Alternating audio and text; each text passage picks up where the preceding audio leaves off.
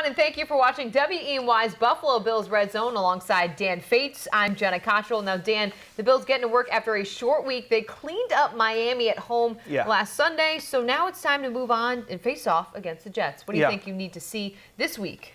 I need to see some consistency. We have talked about it all year. That has been the one thing that has been holding the Bills back. They're healthy now. They showed that on Sunday. Jenna and I were there at the Ralph, and they looked really good. I mean, really good. I may be one to hold my compliments for the Bills. Really? Really? They were good. They were very good. I mean, obviously, when you were the first team in NFL history to have two 100-yard rushers and a 150-yard receiver in the same game, that's good. Normally, that's going to win you some football games. So with a healthy LaShawn McCoy, hopefully with the shoulder, but just from a leg standpoint, his groin, his hamstrings, those all seem great. Sammy Watkins shows you what he can do. I just need to see some more consistency from this offense. It's nice to have everybody healthy. Absolutely. But we've been saying it. What is their quality of wins? I mean, that's understandable, but I think you start to see all the puzzle pieces really coming together. Absolutely. Like you mentioned before, having two rushers go for over 100 yards, really got to see what Sammy Watkins can do. You know, you hope LaShawn will be able to play on Thursday, considering, you know, when it was just Carlos Williams against the Giants, he really struggled. And, you know, you really hope to see that LaShawn will be out there. Now, what do you think are some of the keys to Thursday night's game? I think it's going to be this matchup of if Tyrod can pass. I think that's what it's going to be like. Obviously, you have Darrelle Revis and you have Antonio Cromartie. You have some of the best secondary in the league. I mean, Revis Island is going to be all over Sammy Watkins. Sammy's talked about it all this offseason. Get me the ball. He wants the ball. He wants to be this playmaker guy.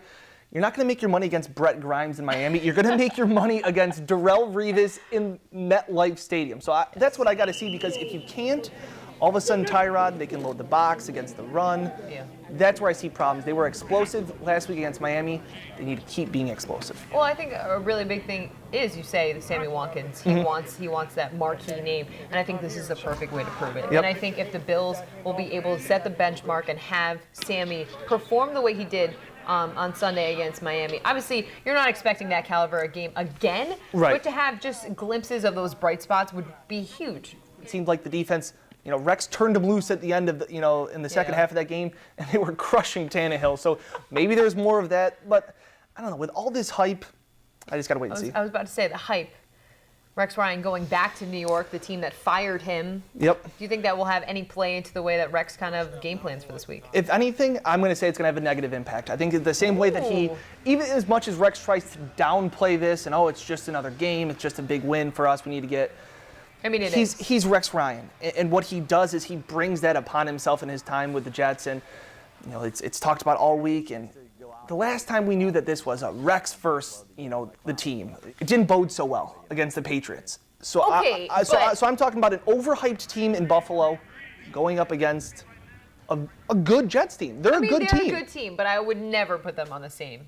Rex is my question mark this year. Rex is my question mark. Okay. Well, I guess we'll have to wait and see. Now, you picked the Jets this week. Yeah, I got the Jets winning in a close one. I got it to be 23-20.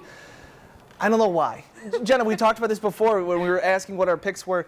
This team, I just am not sold on yet. And when I look at this game on the road on a short week with all this Rex mania going on. Rex knows this personnel better than anyone.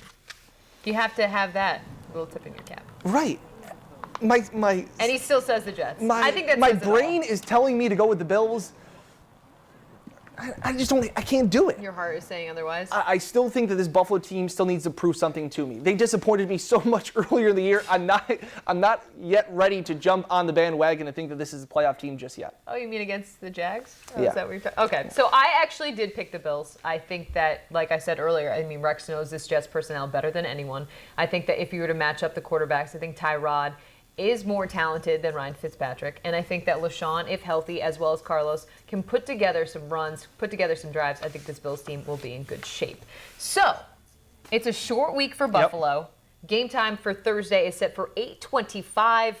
And that's all the time we got for right now. For Dan Fates, I'm Jenna Cottrell. Thanks for watching WENY's Buffalo Bills Red Zone. Enjoy that football.